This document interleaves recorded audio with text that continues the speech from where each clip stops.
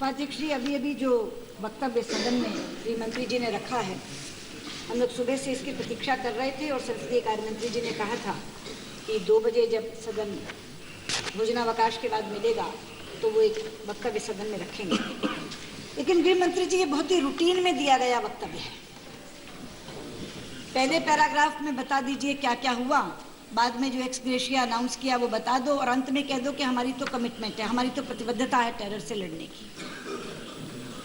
लेकिन आज सुबह भी आपकी अनुपस्थिति में बोलते हुए मैंने एक ही बात पर जोर दिया था कि ये समय दोषारोपण करने का नहीं है, एकजुट होकर दृढ़ संकल्पित होकर आतंक का सामना करने का है।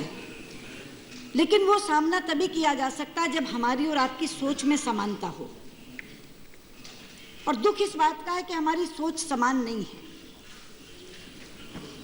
मेरे राष्ट्रीय अध्यक्ष जो इस सदन के सम्मानित सदस्य भी हैं, राजनाथ सिंह जी, वो मौके पर गए हैं। आज सुबह वो भी हैदराबाद गए हैं और मेरे दूसरे सहयोगी श्री शाहनवाज हुसैन उनके साथ गए हैं।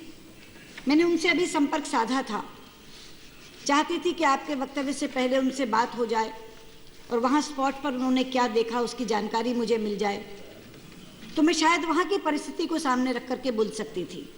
संपर्क हुआ लेकिन वो स्पॉट पर पहुँचे ही थे, अभी तक वहाँ की स्थिति का जायज़ा नहीं ले पाए थे, इसलिए मैं वहाँ की परिस्थिति को सामने रख के तो नहीं बोल पाऊँगी। जो आपने कहा है उसे असत्य नहीं मान रही हूँ, लेकिन हमारा यहाँ पूछना था, सुबह सभी लोग बोले थे आपकी अनुपस्थिति में, पहला प्रश्न हमारा ये था कि आपने कल ये घटना घटते ये बात कही कि हमने राज्य सरकार को जानकारी दे दी थी,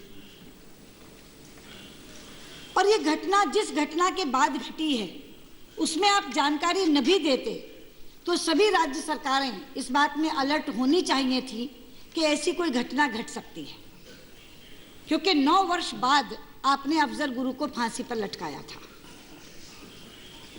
9 वर्ष बाद आपके इस निर्णय की कोई ना कोई प्रतिक्रिया खास तौर पर उन इलाकों में हो सकती थी जिन इलाकों को हम सेंसिटिव कहते हैं, अंग्रेजी में वल्नरेबल कहते हैं। इसलिए आप जानकारी न भी देते तो भी कम से कम आंध्र प्रदेश में, हैदराबाद में तो ये अलर्ट होना ही चाहिए था। लेकिन आपकी जानकारी के बाद वो और भी पुख्ता हो गया। लेकिन मैं पूछना चाहती हूँ कि क्या केंद्र सरकार की जिम्मेदारी महज राज्य सरकार को जानकारी देना है या उसे रोकने में मदद करना भी है? और अगर रोकने में मदद करना भी है तो आपने रोकने के लिए क्या किया? महज ये कहकर के हमने जानकारी दे दी थी, आपका कर्तव्य पूरा हो गया और आपने राज्य सरकार के भरोसे छोड़ दिया। आतंकवाद साधारण कानून व्यवस्था का मसला नहीं होता जो केवल राज्य सरकारें अपने सर पर कर सकती हैं, क्योंकि उसका नेटवर्क बहुत बड़ा होता है, बहुत राज्यों के बीच फैला हुआ होता है। संक्षेप में इसलिए जानकारी देने के, इसमें क्या संक्षेप, इतना बड़ा 14 लोग मर गए उपाध्यक्ष जी, 14 लोग मर गए, 109 घायल हैं। बोलने दीजिए। As per rule, whatever you said, the whole nation knows. हमें सब मालूम है, टीवी में आ गया। कोई भी नहीं, इससे बढ़िया और गंभीर घटना क्या था? एक भी बात उपाध्यक्ष जी, एक भी बात मैं अप्रासंगिक कह रही हूँ, विषय से हटकर कह रही हूँ, या बहुत लंबा हो गया वो बोलते हुए तो आप इंटरवीन करें और कहें कि संक्षेप में बोलिए। जो उन्होंने वक्तव्य रखा है उस पर तो मुझे कुछ पूछने का अधिकार है या नहीं? पूरा देश जानना चाह रहा है, पूरा देश जानना चाह रहा है। ये बात मैं इसलिए कह रही हूँ आपसे क्योंकि जो आपने जानकारी दी उस जानकारी में केवल हैदराबाद नहीं है, उसमें आपने हैदराबाद के साथ बेंगलोर भी जोड़ा है और मुंबई भी जोड़ा है। ये प्रश्न मैं इसलिए पूछ रही हूँ कि ये जानकारी जो दी गई कि हैदराबाद में ऐसी घटना हो सकती है, बेंगलोर में घटना हो सकती है, मुंबई में घटना हो सकती है, हैदराबाद में तो घट गई, क्या घटने के बाद भी हम चेते हैं? क्या इसके बाद भी बेंगलोर में ऐसी घटना की पुनरावृत्ति ना हो, मुंबई में ना हो, इसके लिए कोई उपाय किया है? और अगर किया है तो क्या किया है? क्या हम आश्वस्त हो सकते हैं कि इस घटना के घटने के बाद बेंगलोर और मुंबई में ऐसी घटनाएं नहीं घटेंगी? दूसरी बात मैं कहना चाहती हूँ, एक बहुत गंभीर घटना घटी थी हैदराबाद में ही, इसी सदन के सम्मानित सदस्य उन्होंने एक ऐसा भड़काऊ भाषण दिया था हैदराबाद में, उनके भाई ने दिया था, और ये कहा था कि अगर कुछ समय के लिए पुलिस हटा ली जाए तो हम 25 मिनट में सबका काम तमाम कर सकते हैं। क्या इस हैदराबाद के बम विस्फोट का उस भड़काऊ भाषण से किसी तरह का कोई संबंध है? इसलिए ये कुछ प्रश्न हैं जो उपस्थित हो रहे हैं। तीसरी बात जो आपने एक्स ग्रेशिया की है, तीसरी बात जो एक्स ग्रेशिया की आपने की है, यहाँ एक माननीय सदस्य ने बहुत अच्छी बात ये कही थी आपके पीछे से कि कहीं हम 2 लाख दे देते हैं, कहीं हम 10 लाख देते हैं।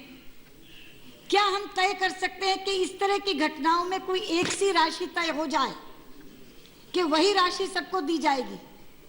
क्योंकि इसमें बहुत हार्ट बर्निंग होती है, और जहाँ कम मिलता है वहाँ लोग उदाहरण देकर कहते हैं कि फलां जगह तो 10 लाख मिला और हमें केवल 5 लाख मिल रहा है, या हमें केवल 2 लाख मिल रहा है। तो क्या इस संसद से ऐसा कोई स्वर निकल सकता है कि हम तय कर दें राशि कि इस तरह की घटना में इतनी ही राशि दी जाएगी?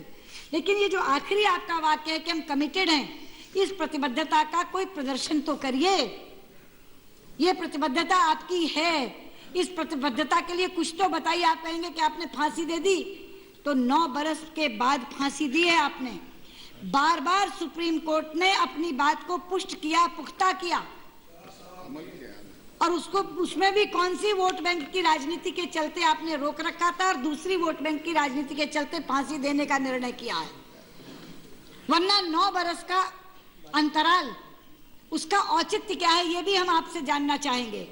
तो जो बात मैंने उस समय कही थी आपके पीछे से कि सोच में समानता नहीं है, वो इसलिए मैंने कही थी कि कभी तो हम मजहब के आधार पर आतंकवाद को बांटकर आपस में बंट जाते हैं, और कभी हम आतंकवादियों के मानवाधिकारों की पैरवी करते हुए उन पर नरमी बरतने की वकालत करते हैं।